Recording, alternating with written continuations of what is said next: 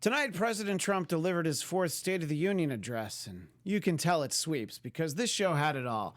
The tearful reunion reminiscent of countless YouTube videos, the Lifetime Achievement Award that evoked the Academy Awards, which included the performance of a lifetime from Rush Limbaugh, who pretended to be surprised, and the kind of blatant backstabbing that can only be found on Real Housewives. At the start of the State of the Union, President Trump refused the extended hand of House Speaker Nancy Pelosi. It was particularly painful for her because it came immediately after Vice President Pence had put out his hand and at the last second pulled it away with a psych. Nancy Pelosi looked alternatingly like someone who was catching up on her scrapbooking and also someone having a terrible night of speed dating, which it kind of was. And finally, during the State of the Union address, President Trump presented a future where Americans will one day land on Mars, while Democrats propose a future where one day they will be able to count votes. The Trump Report starts now. I'm Maria Menounos, and you're tuned in to AfterBuzz TV, the ESPN of TV talk. Now, let the buzz begin. Welcome to the Trump Report. Yes, except no substitute. Special tip of the hat to my friend, comedian Tom Kelly, who inspired the final joke there. And even when I realized he had told a similar joke, I couldn't pull back because it made me laugh too much. I'm Christian Bladt. This is the Trump Report, live post-State of the Union, post-Iowa Caucus, sort of. It's still going on. It'll never really leave us. But joined, as so often, by the one, the only Chelsea Galicia. Well, hello. And making his triumphant return to the Trump Report, the one and only Mr. Drexel Heard, BBC and NPR political analyst, and the executive director of LA County Democratic Party, that being Mr. Drexel Heard. And then down at the other end of the desk, KNBC-TV legal analyst Royal Oakes. Good to see you as well. A pleasure. You have a new podcast. We can mention it again later, but let's Thank get you it so out of the much. way right at the top of this show. The podcast is called Too Many Lawyers, but there's a catch. I like how he looked right at me when he said that.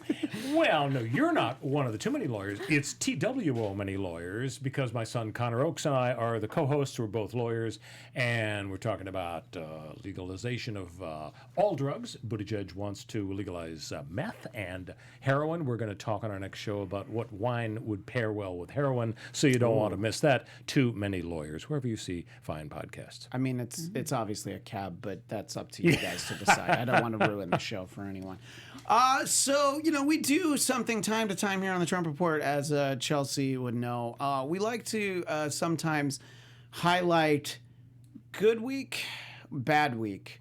I'm going to say good week, Donald Trump.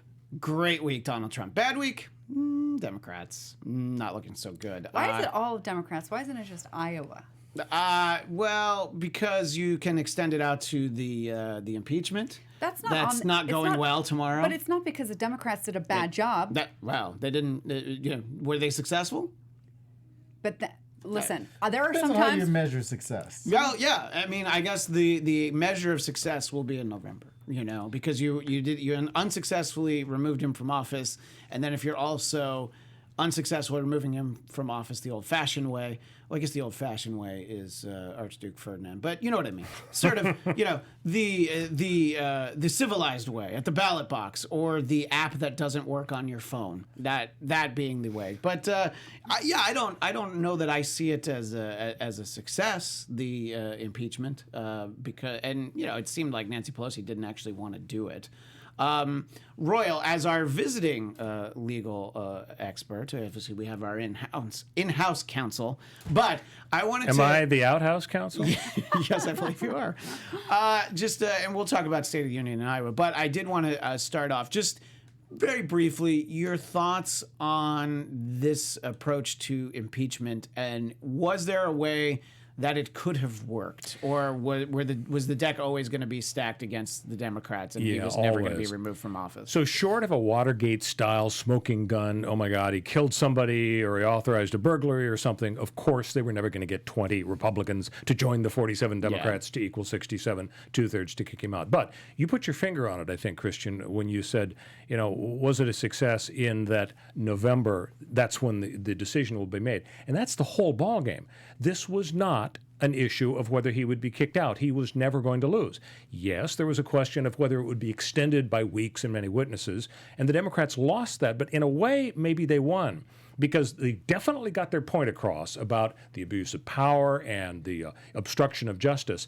And they also now can run on the argument that this was a cover-up. Mitch McConnell, game, set, Mitch, he would not permit witnesses. What kind of a trial do you have without witnesses? So they've got that arrow in their quiver along with the substantive arguments against Donald Trump. So, yeah, I think you're right. We won't know till November who won, but just on paper, darn good week for the president because of the outcome of the impeachment deal and plus the speech. Question for you. When you said that they got their point across about the abuse of power, Right. Who do you think that they got their point across to? Anybody that wasn't already thinking that he abused his power? I guess we have to assume that there are millions of Americans who are not political junkies. They are not wedded to one side or another, but they are the great middle that they shift with the wind and they decide elections. Because, what was Hillary beating, 63 million to 60 million? Pretty darn close. So I think the question of whether the great middle was persuaded by Adam Schiff, a tremendously skillful prosecutor. He used to be a prosecutor. On the other hand, the Republicans had some really sharp lawyers, just from a lawyering standpoint in terms of oral argument. That guy, Patrick Philbin from the White House counsel's office, a brilliant guy. So I think they both put their best foot forward, but there's no doubt that the American public has been immersed into this soup of obstruction of justice and abuse of power. They know exactly where the Democrats are coming from in terms of you withheld money from Ukraine for personal political benefit. Now, there's the business about whether Biden was involved improperly as well. But definitely that has been teed up. And if the American public, if they say, yeah, in addition to the fact that we don't really like Donald Trump, we don't like somebody that calls himself a very stable genius, who does that? In addition, we have our doubts as to whether the impeachment maybe was proper. Half the country, according to Gallup, said that impeachment was proper. So, yeah, we're just going to have to wait till November. And we'll move on from this in a moment, but you're talking about the legal team, and this was a point that I made last week. You're a Dershowitz fan? Well, the question being, if you're the president of the United States, and even if you have a parking ticket, do you want the guy who's represented Klaus von Bülow and O.J. Simpson? Do you want him anywhere near your case? Yeah, and Jeffrey Epstein, Bill Maher called his clients flabby, grabby, and stabby. So, yeah, that was a problem. He carried baggage, but he also is a brilliant constitutional lawyer. Of course, he or a overreached. brilliant actor. Well, he overreached, and even the Republicans called some of his ideas radical. Ken Starr was brought in. Why not bring in Clara Bow from the 20s? So the bottom line is Trump thought it was a TV event, and he brought in TV-savvy folks like Dershowitz and Ken Starr. I don't know how much it helped to have those. They were like cameo players mainly. The heavy lifting was done by Jay Sekulow and the other White House counsel. But if only Johnny Cochran were still with us. I know. That would have been the real show. Johnny, Drexel, we hardly because knew you you. haven't been here in a while. It was pre-impeachment the last time you were here. Just sort of your thoughts, and I know that the vote isn't until tomorrow, but just look, basically at this point, we're looking back on it. What do you think, from the Democrats' point of view, from their role, do you think there's anything they could have done differently, and do you consider it a success, or is the verdict out on that? I think that part of the strategy, I'm going to start with the second part of that question, because I think part of the strategy that Democrats probably should have deployed the most was educating the American public on how the process worked. And I don't think that the American public actually understood, based on the Republican arguments, by saying this is an improper process, by saying, hey, the witnesses, they should have called witnesses in the House. But to the American public, not a political junkie, somebody wouldn't realize that trials are in the Senate and the House acts as the grand jury. And the House Democrats probably should have drilled that into the American public's head, that this is, and they tried, but unsuccessfully, kind of framing this narrative that, this is where witnesses actually are. And the reason why we didn't get witnesses was because of obstruction of justice.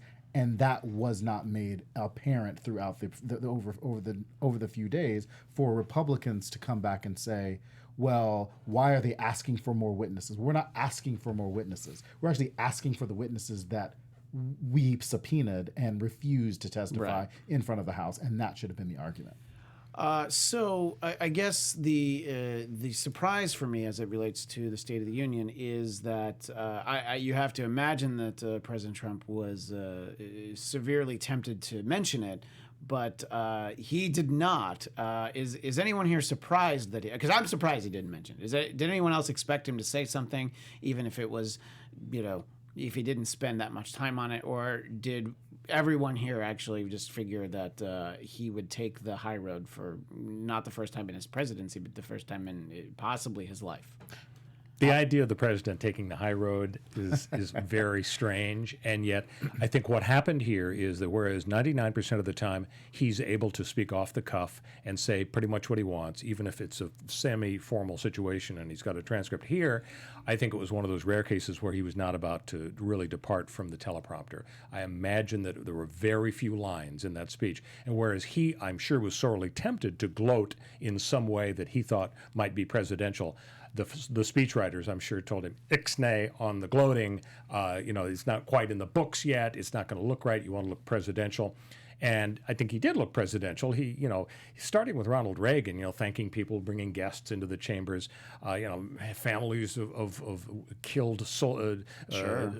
It was a very smooth presentation to the point where Nancy was so mad she ripped up the papers. Oh, interesting take on why she did that. Right. Well, there's a couple of reasons why she might have done it, but your thought, Drexel. First of all, listen, the theatrics of this president. Listen, every president has brought in people into the gallery. Sure. What they haven't done is try to distract the American public from the fact that there were zero policies of moving forward in this particular speech. There were a lot of, and I know we're going to talk about the State of the Union here in a second, but there were far too many reality television moments in this State of the Union when to distract us from the reality of the failed policies of the Republican Party and this president. So that's based, in what we've seen this Donald Trump as the reality show person over the past 20 years.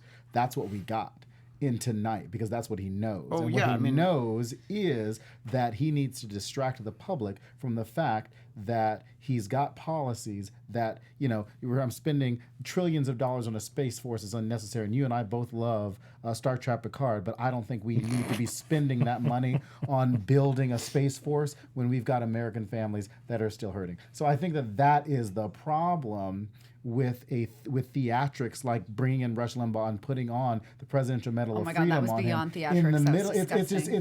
it is. Those are the times where, if President Obama had done that in the middle of the State of the Union, I mean. Wait, if President Obama had presented Rush Limbaugh with the presidential... you know what? Here's the thing. You would have thought that, and tonight, and you would have thought that the president, this was an election of Barack Obama versus Donald Trump. The amount of times that Donald Trump brought up Barack Obama has not gotten over the fact that American people love Barack Obama more than they love Donald Trump, and he is still not over that. Well, they love the Ebola virus more than Donald Trump. Well, I mean, and that's not. But what I'm saying is that the fact that 3 years later into this presidency, this president cannot seem to turn the attention away from the Barack most Obama. recent polling shows him at 50%, whereas at this time Obama was at 46. So I'm surprised he didn't mention that. I'm surprised he didn't mention that. And then the other thing, of course, we know he hasn't gotten over is the popular vote. In 2016, right. He'll always mention that he doesn't feel like the counting was accurate there because there's no way he could have possibly lost that. Because it's come up, and yes, I did make a joke about it at the top of the show. I think that the announcement of Rush Limbaugh's terminal cancer, I think that... I don't think it's terminal. It's advanced stage 4 lung cancer. He didn't refer to it as terminal. Yeah, that's true. He didn't use that word. But there have been some reactions to it in the media, or on social media in particular, that you would, of course, not be surprised. Some of them, it's more like, about policy, about like... something about like healthcare that you're going to use now that you didn't support, that sort of thing. But then a lot of it, you can see that people were, look, when you're any kind of divisive public figure, you have to expect that. But that's not necessarily the way I looked at it. But if I knew this afternoon from looking at the Drudge Report that he was going to get the Presidential Medal of Freedom, he had to know There's no way he was surprised. Why did he pretend to be so surprised? He can be moved by it. That part I don't doubt. But I was just like, what is this? And I know this isn't hardly the biggest takeaway from it. But for me, I was just like, come on, who's he fooling? Competing with Alan Dershowitz for Actor of the Year. Maybe guess. he Right. felt it would look bad, like he didn't appreciate it if He's he like, didn't, oh, if yeah. he didn't This whole exude. thing. But Yeah. I mean, it's hard for people to be magnanimous about somebody they think is despicable when that person is getting bad news. I want to go back for a second, Christian, to something Chelsea said, that she called me correctly on a mistake I made. I suggested that Nancy tore up her speech because she said to herself, doggone it, that was a wonderful speech. I admit it. Donald Trump did great. I'm so mad I'm going to tear it up. You're right. But I will say this. I felt like we should have a football announcer saying, welcome to the Anger Management Bowl, because when the night starts and the guy won't even shake Nancy's hand, and the night ends with her tearing up his speech, to me, it's kind of petty for both sides. I mean, can't they, take it to a higher level? Do we have to have the anger at the beginning and the end? I mean, I don't know that she should have taken the bait. She had plenty of opportunities to blast him. But ripping up the speech, I mean, I think maybe that was overboard. I'm with you on the pettiness, but I see it sort of both sides, of course. But I don't expect anything better from Trump. It was interesting to see that from Nancy Pelosi, who seemed during the middle of the speech to be like, scolding people in the back, who I think she was perhaps scolding people that were leaving. I saw on Twitter some people said, I walked out in the middle of the speech, couldn't take the lies and all that anymore, and I wasn't going to dignify She it should have any just longer. spoken into her cuff like the Secret Service guys. Yeah, I know. There was a lot of times where she was talking, and sometimes it seemed Admonishing like the people in the she back. was like pointing to her. And that's consistent with what Speaker Pelosi has done every time somebody steps out of line in her chamber. Not a great You look, know, though. And listen, she controls the chamber. It's her house. She can do whatever she wants to. But the reality is, and her statement after that was, somebody asked her, like, why would you rip up the speech? She said it was the courteous thing to do, considering the alternative. Right. And, that's the reality is that you have a trash speech. That's what you got. It's just not going to move the needle with, and I think what Royal said earlier is what we should be paying attention to is not the political junkies, not those of us who are really sure about what side we're on, but it's those in the middle who go with sort of where the wind takes them. And I think those people see this kind of petty thing as a reason why they're above politics, even though we can understand the frustration and why, people behave the way they do. To the people who are not paying close attention to every last little move, it just looks like petty fighting that why should people get involved in politics? It's just easier to throw up their hands and say, I'm not going to be involved in this. Kind of almost like I'm too good for being involved in this. And when we should be trying to elevate politics to be more engaging than, professional sports. This isn't helping anybody. I don't think become more engaged. I will say the one thing that we haven't seen Democrats do, which actually makes me think of this is why Nancy Pelosi did it on live television, is because Democrats have been unable to prove that we can be just as a part of, we now have to change the way that we look at how we fight this president going forward. And I was listening to MSNBC on the way over, where everybody kind of said this reality stunt that the president pulled in the State of the Union is exactly what we're going to see during this campaign, and Democrats have to be just as flashy going into this election. Why was anybody surprised? And that's what I'm saying. But because it's been consistent, as you just pointed out, the president's approval ratings are going up when he's done nothing to improve the American people. It's not the fact that he is done anything. The policies aren't there. If I ask every Republican every once in a while, say, name me a policy that this president has that has helped the American people. Tax cuts. Tax cuts have not helped the average Right. American person. And- right. And then I say, have they helped you?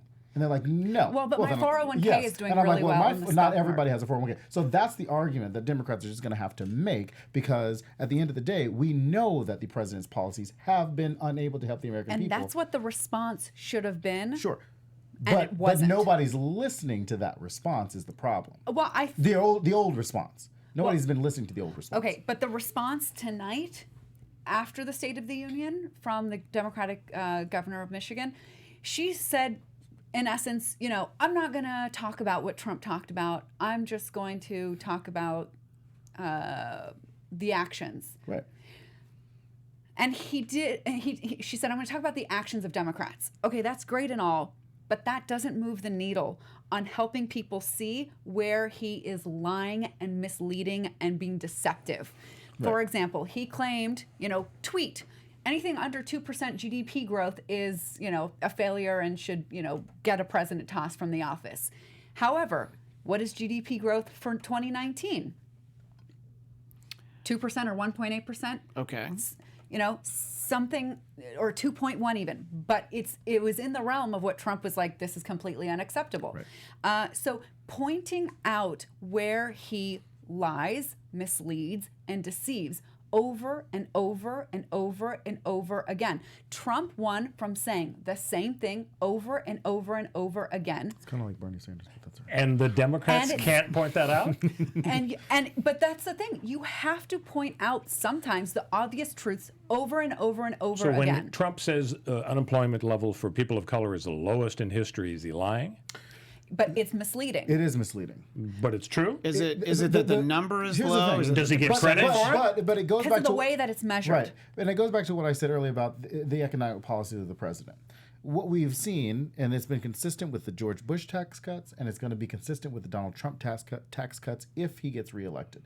We know where the end game is of Republican policies on economic policies.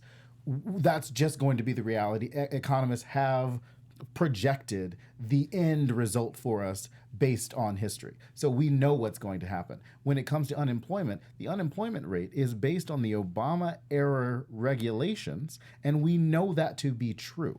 It is not based on the Republican tax cuts of 2017. Yeah, constitutional amendment. We can't have a third Obama term. Right. Well, yes, but the reality, and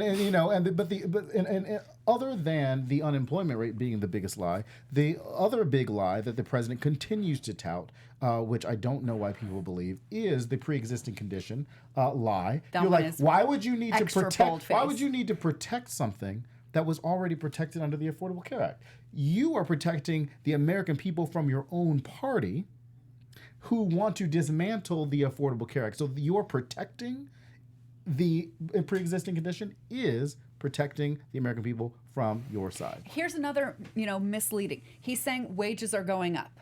Okay, if you look at over the last 40 years, they have been so stunted that if you look at their growth, it's been really anemic. I mean, not even, Fed Chair Jay Powell can explain why is it that wage growth is going so slowly if we have such a powerful economy. So yes, it's growing, but if it's so pathetically growing that you take pride in it, we've got issues. So Christian, I think what we're looking at is the State of the Union as a kickoff for the campaign.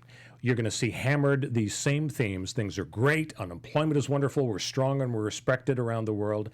And it's kind of working with the public. I think the public feels America is back. America is in good shape. That's what the public opinion polls say. You have a guy who is historically unpopular. In the history of the Gallup poll, there has never been a president that didn't, for at least a day, have a majority of the public approving him. And Trump, unlike every other president, has never climbed to 51%. So now you're faced with a Democrat decision. Do you go with the progressives, thinking, if we can't beat Trump, I mean, we've got to seize the moment, we've got to move the needle to the left, or do you recognize that increases the chance Trump is going to win? Let's go with a moderate. How do we think the Democrats are going to come out on that divide? I mean, it seems like it's death or life for them in terms of choosing one or the other. Well, I think that's the problem, is that you have in the Democratic Party, you have two very vocal, sizable schools of thought. It's like the Drexels and Chelseas. I was about to say, I believe we have at this desk two different approaches. There is someone at the desk who thinks that Bernie Sanders is I don't want to speak for you. Would you say that he is out of the Democratic candidates who are actually running, not Hillary, who will eventually run, but out of the candidates who are currently running, would you say that you believe that Bernie has the best chance to beat Trump? Just sort of a simple Yes, yeah. but even looking at where Drexel and I were, the last election, he was like way Hillary and I was way Bernie. And now we would both be happy with Elizabeth Warren. I would. I be mean, I happy was with always a Elizabeth Chris Warren. Dodd guy, but you guys could be wherever you wanted to be. That's fine.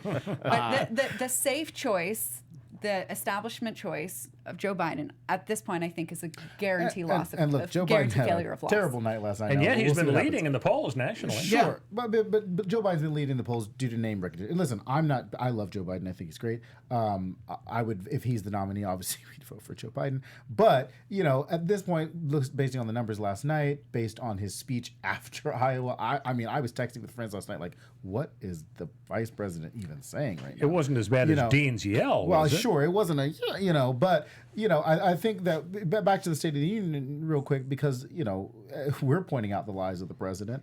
I'm just looking at some of the topics from the speech, where he talked about education. We wouldn't have to defend education if Betsy DeVos wasn't out. When Republicans talk about choice and school choice, you're like, you wouldn't have to have school choice if you funded schools properly. You wouldn't have to have choice if you paid teachers properly. If you didn't have a Secretary of Education who literally cut the funding for teachers to be able to repay themselves back when they have to pay for students, because Republican policies want to hurt the American family so they can't actually afford. Wouldn't the school ideal supplies. thing be to have choice and proper funding for the other schools? I think but there shouldn't be a need for choice if you funded properly. Because right now the Republican narrative, and you heard it in tonight's speech, was government schools. That is not the line. To admonish public school teachers by calling them government schools is insane to me, and I can't wait to hear what the teachers unions are going to say about that, because that's exactly the route that Republicans and this president want us to go in, by saying that these are schools that are run by the government instead of these are schools that are run by your local communities, their local school boards, your local teachers, and your local parents. And that's exactly what's happening, yet this government fails to fund them properly so that they can maintain the basic necessities for their students. It would have been a great thing to go in the response to say that Trump is taking credit for being the hero of crisis he and other Republican administrations have caused.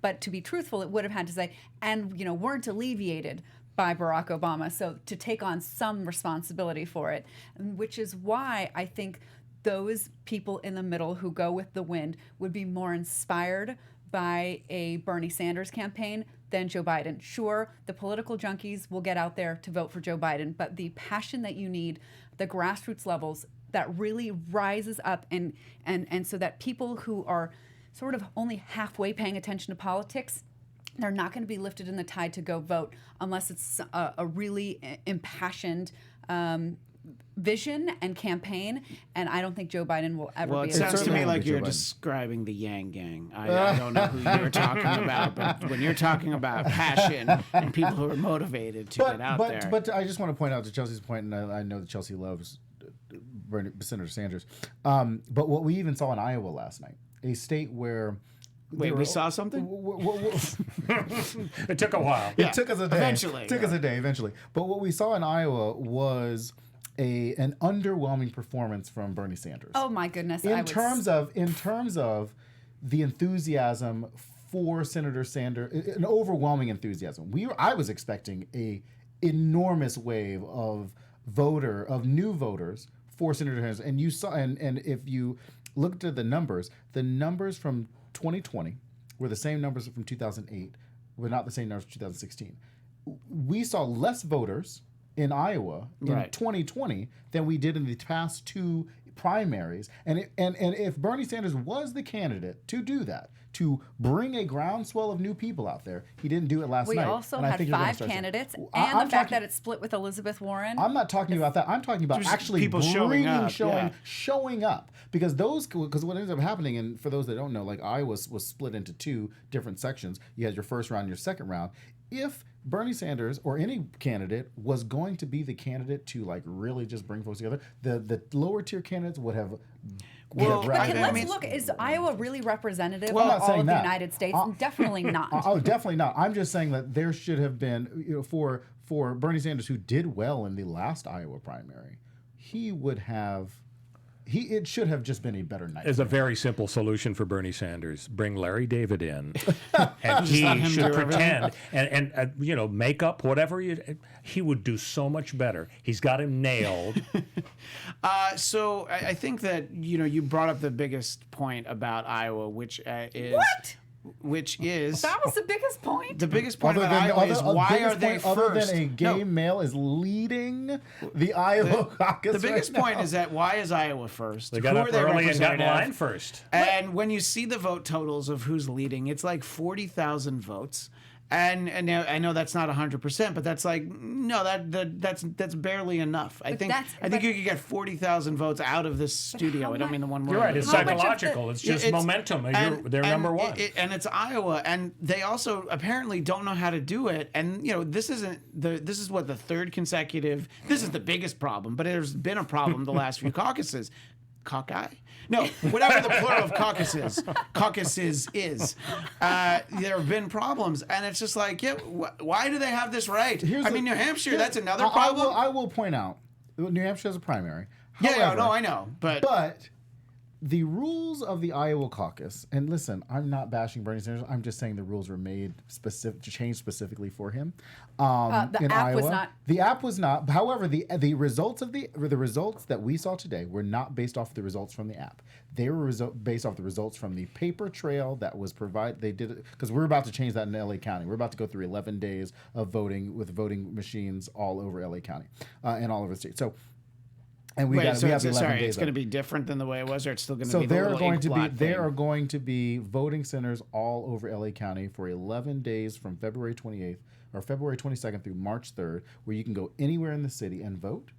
Or either go to your polling station or go to your voting center, or you can vote by mail. So there are going to be said other anywhere. I thought you meant that I was going to be able to vote it in and out No. while I'm waiting. Yeah, because that seems like the way to go. Wow. But I'm just saying, like, while you're waiting, because it takes forever. Let's vote. That's a good call. Yeah. But only if they offered impossible burgers. Well, they don't. That should be the reward if you vote.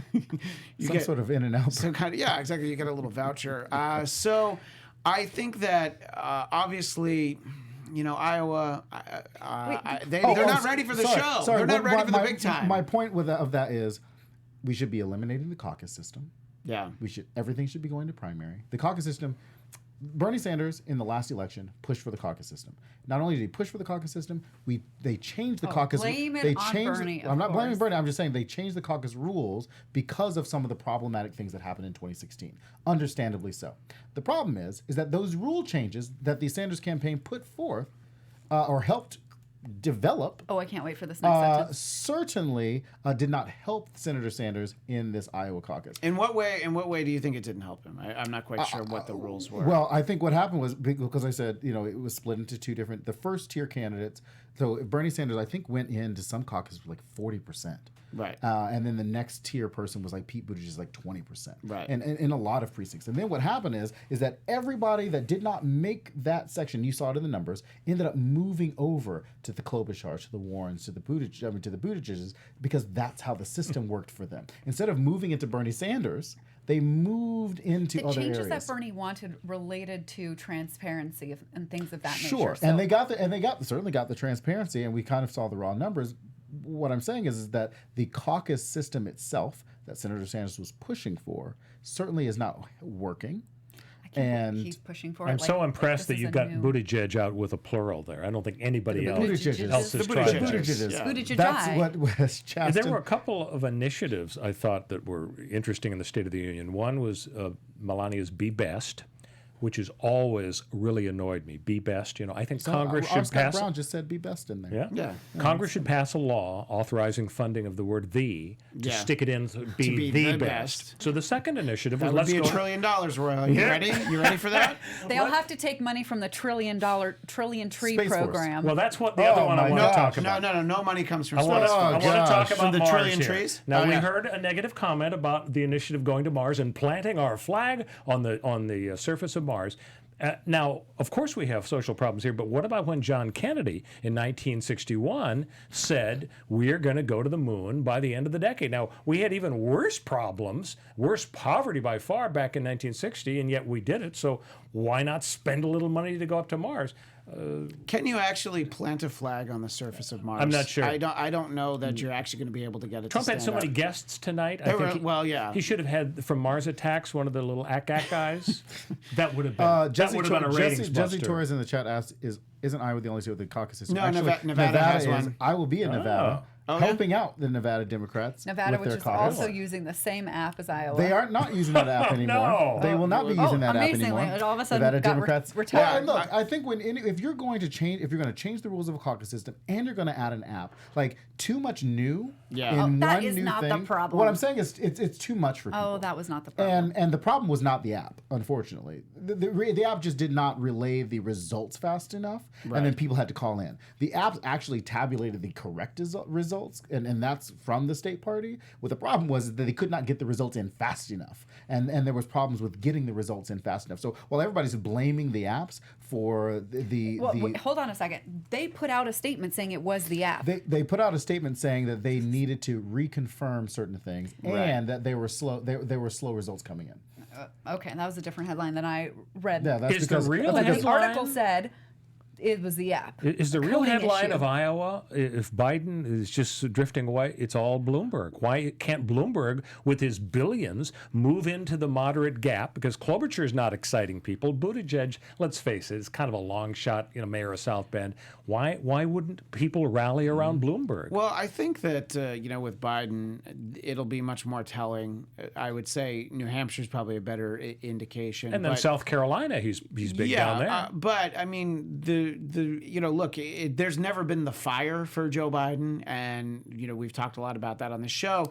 And the idea that he's finishing fourth is, or at least the indication is, and nobody's finished anything yet. But the idea that he might be fourth is. Obviously, but he can overcome it very easily, even before Super Tuesday. But you're right, Bloomberg.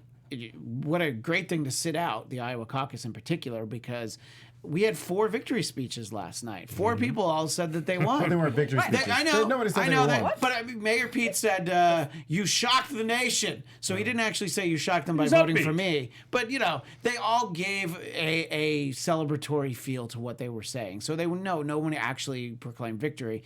But you had the 4 speeches, and it's like, yeah, that's fine. Sure. So anybody who saw their candidate speak that night, they're like, oh yeah, we had a good night. And I get this question a lot about Mike Bloomberg and Tom Steyer and some of these billionaires.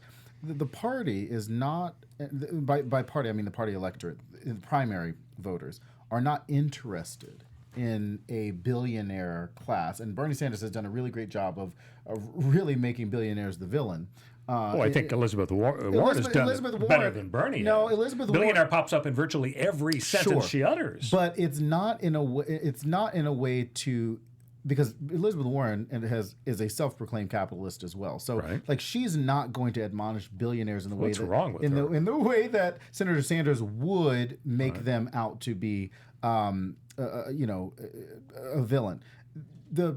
But the electorate is not interested in a billionaire leading the party, particularly a billionaire who is not and has not been a member of the party. For us to go after Bernie Sanders and say Senator Sanders has not been a member of this party, and then to come back around and say that Mike Bloomberg, who certainly has not been a member of this party, to bring them in would be hypocritical. It's ironic that Donald electorate. Trump is a billionaire who wasn't really a Republican for decades, and look, he's incredibly popular, 93% among Republicans, 93% of the GOP But that elects says him. more about the Republican Party itself than it does about Donald Trump. If Donald Trump is just flaming the flame, like being the reality television, flaming the flames of the problems of the Republican Party, and where they are on issues that matter, than it is about Donald Trump. Donald Trump doesn't care about school choice. Donald Trump doesn't care about immigration. Donald Trump doesn't care about criminal justice reform, even though he touted it tonight. Like, he doesn't care about that stuff. Is there a case? No, he only cares that the chicken sandwich is back at Popeyes. I mean, that's the important issue that I think he took away from 2019. What were you going to say, Ro? Is there a case for Elizabeth Warren being the big loser, not only out of Iowa, but in general? I mean, ever since she came out and actually put a fine point on the cost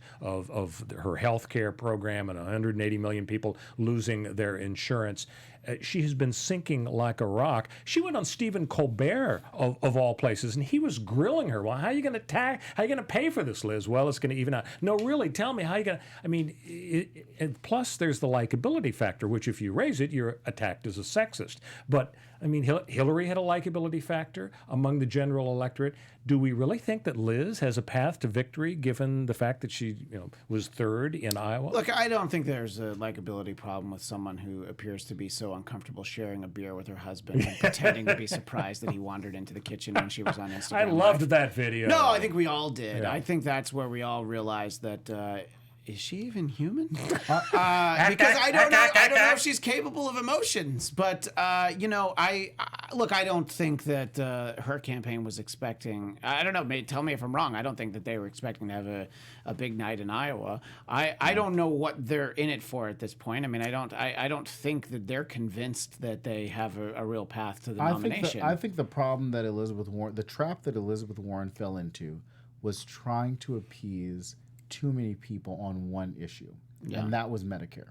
I'm sorry, Medicare for all. Right. That should not have been her defining issue, and that became we agree. That became the issue that engulfed her, and then that tied her to a more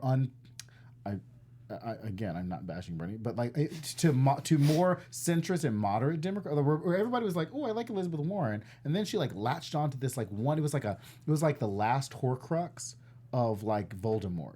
Like that just needed to fly away. Then it got latched onto her. It was like the scar. It was like Harry's scar got latched onto her. That was Medicare for all. They got latched on to Elizabeth Warren. And now it won't go away until the end of book 7. I like it better when you talk about Star Trek. But yes, and then it is a valid point. And then soon it will hopefully go away. Yeah. And I think that's what she was hoping to do. Yeah. The thing about it is, and you heard Bernie Sanders say it last night, where he said during his speech in Iowa, he said there will be a modest tax on the 1%. That is a change from what Bernie Sanders has said about taxing the billionaires in the country. To change the line from taxing the rich to a modest tax, while not at the same time saying, but asterisks, but there will be a modest tax on the middle class, is where Elizabeth Warren probably should have swooped in and said, yes, there will be a tax on the middle class because of X, Y, and Z, because you will be paying less in taxes. I mean, you will be paying less in your medical bills and more in your taxes, and I'm pretty sure Chelsea would agree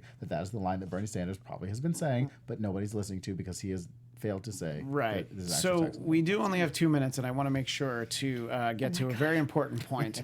So, Drexel, I think it's safe to say that you feel that a moderate voice is the better path towards victory for Democrats. Is that I said I like Elizabeth Warren. Elizabeth Warren. No, I mean, listen, I like Elizabeth Warren. I was talking to somebody earlier, and I said, well, if Elizabeth drops out, who would you go through next? And I said, well, I'd probably go to Pete, because I actually align more with Pete than I do with Elizabeth. I just think that in the grand scheme of things, I think Elizabeth Warren has a far better grasp on leading the nation a little bit better. And, I always say, listen, it takes a woman to lead, as I did in 2016, as I will say in 2020. And, like I said, women and gays lead the nation. And and so that's kind of like where I am. But, I mean, the party's going to decide soon. Biden may pick Michelle Obama as his running mate. Well, he might pick her, but that doesn't mean she's going to... Governor Whitmer, and I was telling Tim, my husband, tonight, I said, when you do a rebuttal to the State of the Union, that is an audition for what is coming next. And I thought Gretchen, I said she could be a VP. Mm-hmm. A VP. A VP. So then my question is, if you're both sort of leaning towards the further left candidate, do you feel? Let me ask you first, Chelsea. And again, we have limited time. Is a moderate candidate? It doesn't. I'm not even going to specify which one. Not necessarily Joe Biden, but would a moderate candidate be able to beat Trump in November? A moderate candidate would not be able to beat Donald Trump. I feel that I'm inclined to agree with that statement, but give me one brief reason why you feel like that would be the case. Not enough passion to get enough people to the polls. What do you think, Drexel? I think a moderate will be able to beat Donald Trump with a VP candidate next to them that will balance them out. would it be Hillary Clinton as Absolutely a VP? Okay, no. I would be nervous if I was the number one mistake of Hillary Clinton was picking Tim Kaine, and that should have never been the the Number VP one candidate. mistake?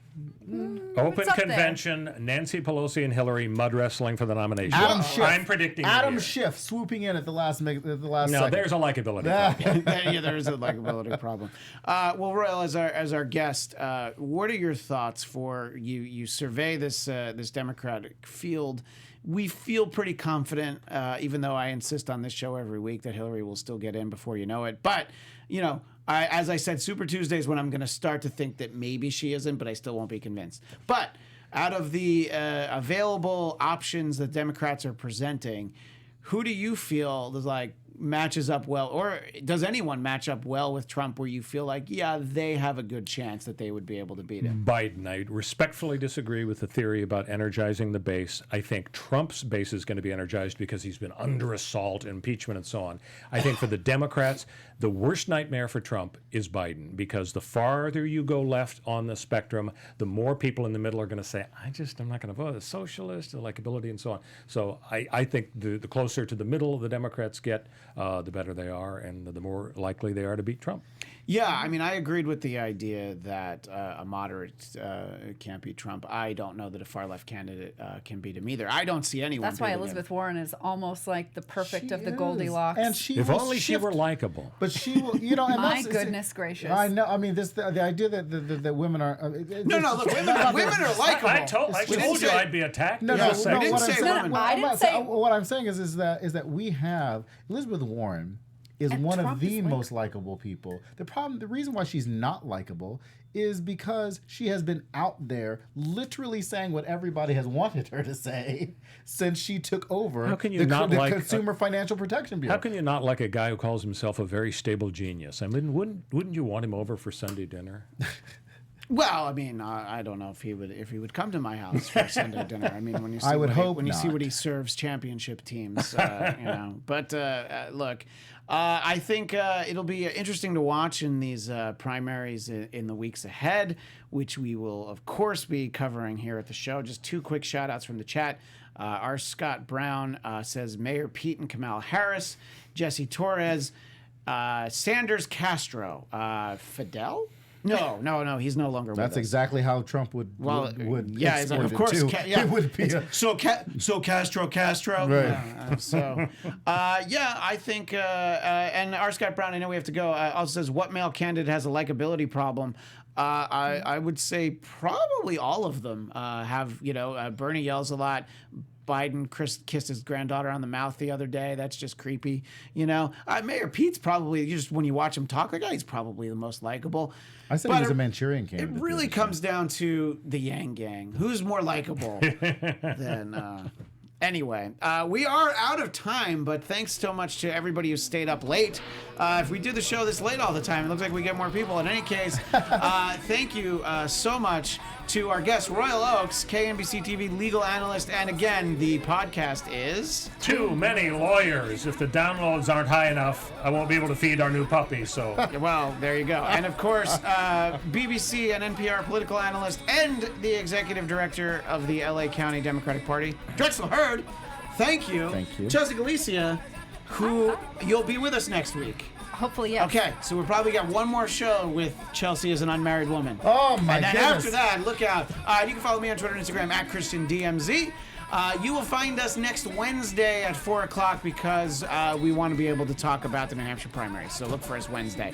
Thanks so much, everybody, and have a good night. Our founder, Kevin Undergaro, and me, Maria Menounos, would like to thank you for tuning in to AfterBuzz TV. Remember, we're not just the first, we're the biggest in the world, and we're the only destination for all your favorite TV shows. Whatever you crave, we've got it. So go to AfterBuzzTV.com and check out our lineup. Buzz you later. The views expressed herein are those of the hosts only and do not necessarily reflect the views of AfterBuzz TV or its owners or principals.